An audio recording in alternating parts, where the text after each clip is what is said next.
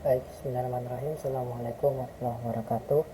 Perkenalkan, nama aku Ryan Ilyas dengan NIM 12350110055. Dan kali ini aku akan melanjutkan tugas ketiga aku dari pemrograman web, yaitu uh, penggunaan cara aplikasi web CC server dengan Next.js app router dan native MySQL. Nah, sebelum itu aku mau menjelaskan dulu apa maksudnya dari pemrograman database natif. Nah, jadi uh, database natif itu ya pendekatan yang dimana aplikasi yang kita pakai untuk berkomunikasi secara langsung dengan database menggunakan query SQL yang murni. Nah, ke, tanpa perantara objek dan relation mapping atau ORM. Nah, jadi database itu dia menjadi objek kode yang dimana pendekatan natif mengharuskan untuk menulis query SQL itu secara normal. Kemudian karakteristiknya itu kalau untuk menulis query manual di SQL itu ada insert, select, delete, dan update. Kemudian dia menggunakan database drive atau client library untuk koneksinya tersebut. Jadi kita itu harus membutuhkan koneksi supaya kita terhubung ke database driver tersebut. Kemudian terhadap mengontrol penuh terhadap optimasi query. Jadi optimasi query ini kita harus betul-betul mengontrol supaya apa yang dimasukkan ke dalam database itu tidak data yang begitu acak. Kemudian yang terakhir mendalam tentang struktur database yang diperlukan. Nah, jadi kita perlu memahami lebih dalam lagi cara pemahaman database ini. Nah, sebelum aku menunjukkan hasilnya itu, mungkin aku akan menjelaskan ini. Yang pertama, modulnya itu, jadi persiapan kita sebelum kita memasukin database native itu kita harus mempunyai database MySQL inskripsi, yang dimana kita akan membuatnya secara manual di MySQL phadmin. Teman-teman mungkin bisa pakai exam atau laragon. Nah, ini databasenya ada dua, user dan produk.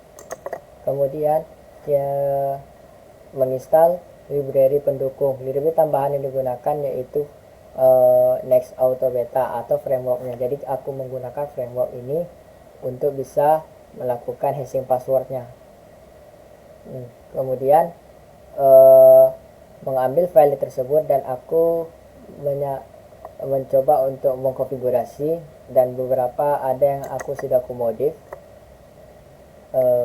seperti ini. Mungkin kawan-kawan bisa lihat.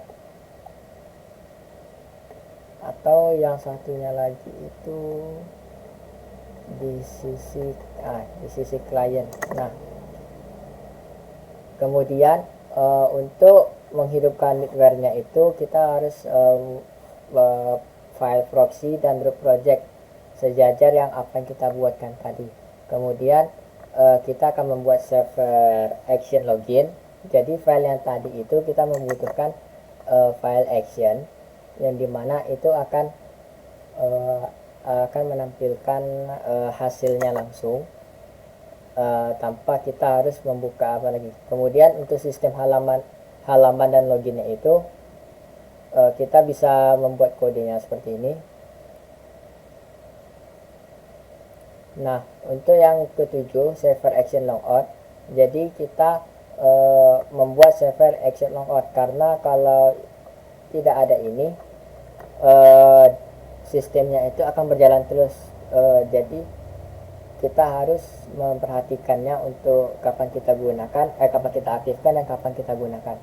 Kemudian menggunakan layout pada navbar. Dan jadi sudah dalam website seperti ini, nanti ada bacanya sekitar sini itu ialah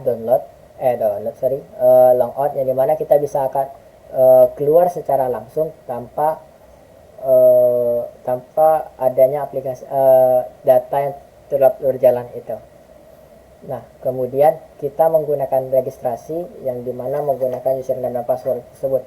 Jadi untuk memeriksa sudah terdaftar ataupun sudah belum. Jadi yang bisa kita buat itu username password, entah itu admin atau apa, tapi yang paling sering digunakan itu ialah admin. Nah, kemudian membuat halaman registrasi. Seandainya seseorang pengen masuk ke dalam ini tapi dia belum punya akun, maka dia harus menggunakan halaman registrasi.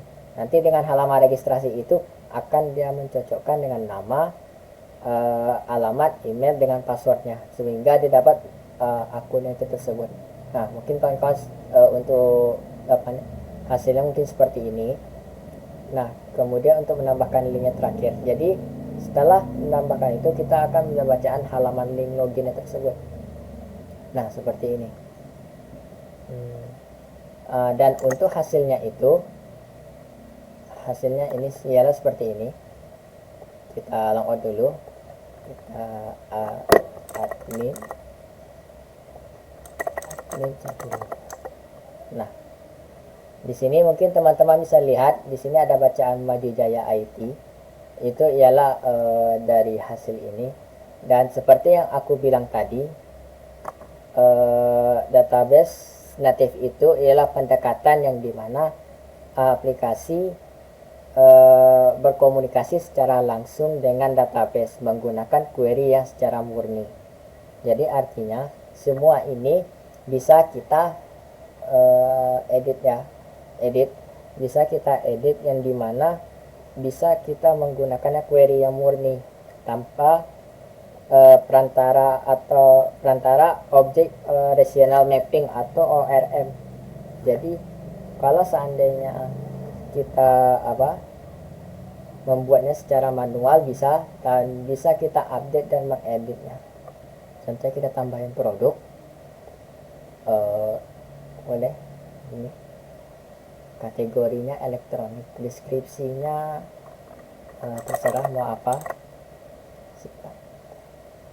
Nah, jadi teman-teman bisa melihat di sini aku membuat nama produknya itu HP dan kategori elektronik, dan otomatis dari awalnya 70 stoknya jadi 98, dan ini bisa aku edit kembali. Kemudian hapusnya pun aku bisa. Nah, jadi kawan-kawan jadi seperti itu. Jadi begitulah pemahaman aku tentang dan mengimplementasikan pemrograman database native tersebut. Mungkin itu saja penjelasan dari aku. Mohon maaf bila ada kalimat yang salah. Mohon maaf juga kalau ada penjelasan yang kurang jelas atau apa. Saya mohon maaf. Saya akhiri. Assalamualaikum warahmatullahi wabarakatuh.